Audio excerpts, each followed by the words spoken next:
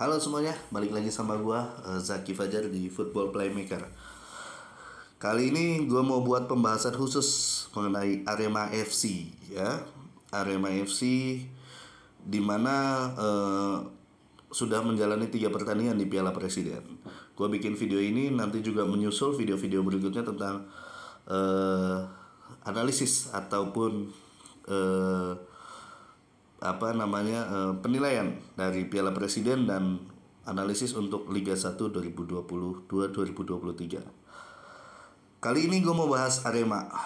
Oke, Arema dimana kita tahu semua dia setelah kehilangan striker topnya yaitu Carlos Fortes yang sudah mencetak banyak gol untuk Arema di Liga 1 2021-2022. Kali ini mereka tanpa Carlos Fortes. Ya, kita lihat di 3 pertandingan Arema hanya mengumpulkan 2 gol, hanya mencetak 2 gol dan semuanya lewat set piece ya. Satu dari titik penalti melawan Persik Kediri, yang satunya melalui tendangan bebas Gianzola.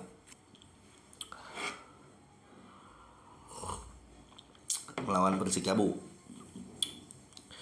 Gua sih menilai Arema tetap butuh mendatangkan striker ya. Walaupun bos Arema sudah pernah mengatakan bahwa Arema akan bermain di Liga 1 2022 dan 2023 menggunakan striker lokal. Nah, ini untuk memberi jawaban kepada Sinteyong bahwasannya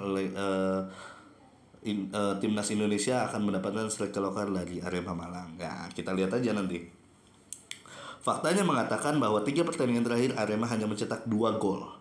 Dan itu bukan dari striker ya. Dimana Hanis Sagara menjadi pilihan utama di sini ya. Gue sih nggak ngelihat Hanis Sagara bukan sebagai striker ya.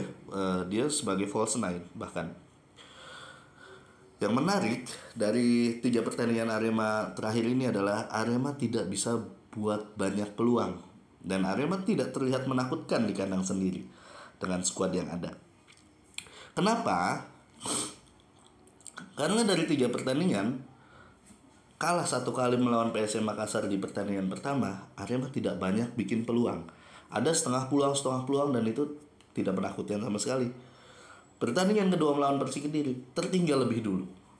Ya, tertinggal lebih dulu. Dan Arema berhasil mencetak gol lewat titik penalti itu di menit 90. Yang gua pernah bilang di video sebelumnya adalah itu penaltinya ada kontroversial. Di mana pemain Arema itu sebenarnya dijatuhkan di luar kotak penalti.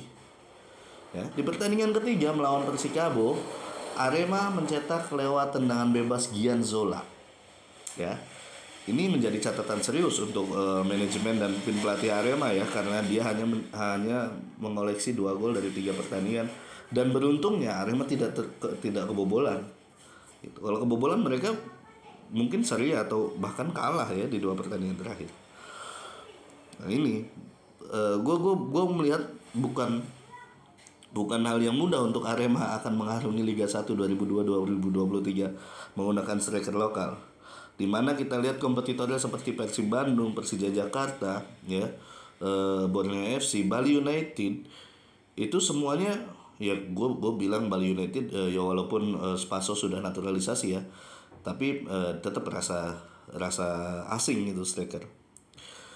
Gue melihat ini Arema tidak akan mampu bersaing. Bahkan untuk merebut gelar juara, gue nggak yakin dengan skuad yang ada.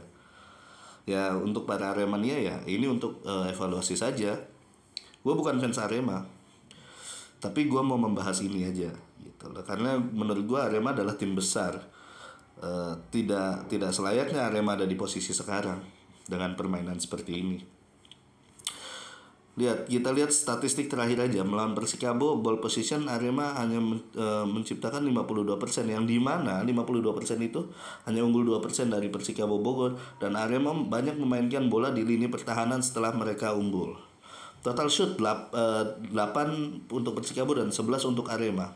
Tidak berbanding jauh. Tapi kita lihat 11 itu yang shoot on target hanya 2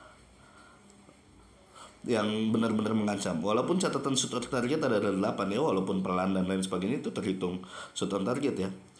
Passing 386, pas akurasinya 79, cukup besar 79% dari 386. Tapi kita lihat itu ada di daerah sendiri. Ketika sudah melewati pertengahan garis tengah dan sepertiga pertahanan Persikabo, Arema selalu gagal melakukan passing-passing kunci. Walaupun ada kehadiran Evan Dimas dan Adam Alis, itu tidak merubah apapun ya, tidak merubah banyak bahkan. Intercept, nah ini yang gila. Intercept Arema menciptakan 39 intercept. Artinya Arema juga banyak diserang oleh Persikabo. Ya, artinya Arema banyak diserang oleh Persikabo. Bukan hal mudah melawan Persikabo saja. Bagaimana dengan melawan tim-tim besar lain yang bertabur bintang ya? Ya, kita lihat saja. Gue sih tetap berharap Arema menggunakan striker yang top ya, mau dari lokal ataupun asing. Karena gue nggak ngelihat Hanis Sagara sebagai striker. Dia dimainkan sebagai false nine ya. Dan Arema sah-sah aja menggunakan striker, tidak menggunakan striker dan bermain secara false seperti Manchester City contohnya ya. Itu di banyak pertandingan musim kemarin Manchester City jarang menggunakan striker murni ya. Tapi Arema harus punya dua sayap atau dua winger itu yang bisa masuk ke dalam dan bisa memporak-porandakan pertahanan lawan, sehingga end passingnya ataupun menyelesaikan peluang sendirinya itu bisa berbuah gol itu.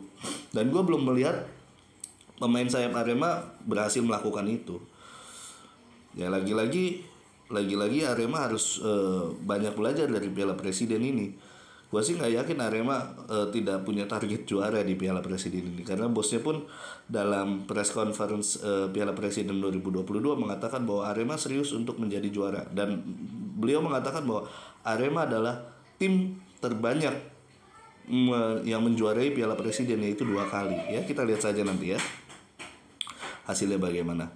Gue nggak yakin Arema bakal ngelepas Piala Presiden ini begitu aja. Oke, segitu aja dari gue. Gue berharap Arema bisa lebih bersaing dalam gelar yang tentunya dengan cara mendatangkan pemain-pemain yang berkualitas ya. Bukan berarti yang sekarang tidak berkualitas. Tentu sekarang pemainnya banyak yang berkualitas seperti Gianzola, Dendi, terus Adam Alis, terus Evan Dimas. Apalagi kipernya ya, Maringga itu gue bilang one of the best in Indonesian League ya kipernya. Tapi gue tidak melihat koordinasi yang baik antara pemain ataupun penyelesaian yang baik dan membuat peluang yang banyak. Tidak melihat itu ya. Gue berharap Almeida juga bisa meramu timnya lebih baik agar bisa bersaing di Liga 1 2022 dan 2023. Oke, segitu aja dari gue untuk pembahasan Arema. Kita lihat di pertandingan selanjutnya. Arema sepertinya lolos ya ke fase selanjutnya. Kita lihat aja. Terima kasih sudah menonton. Sampai jumpa di video selanjutnya. Jangan lupa klik subscribe, like, dan komen kalau kalian punya opini lain. Salam Football Playmaker.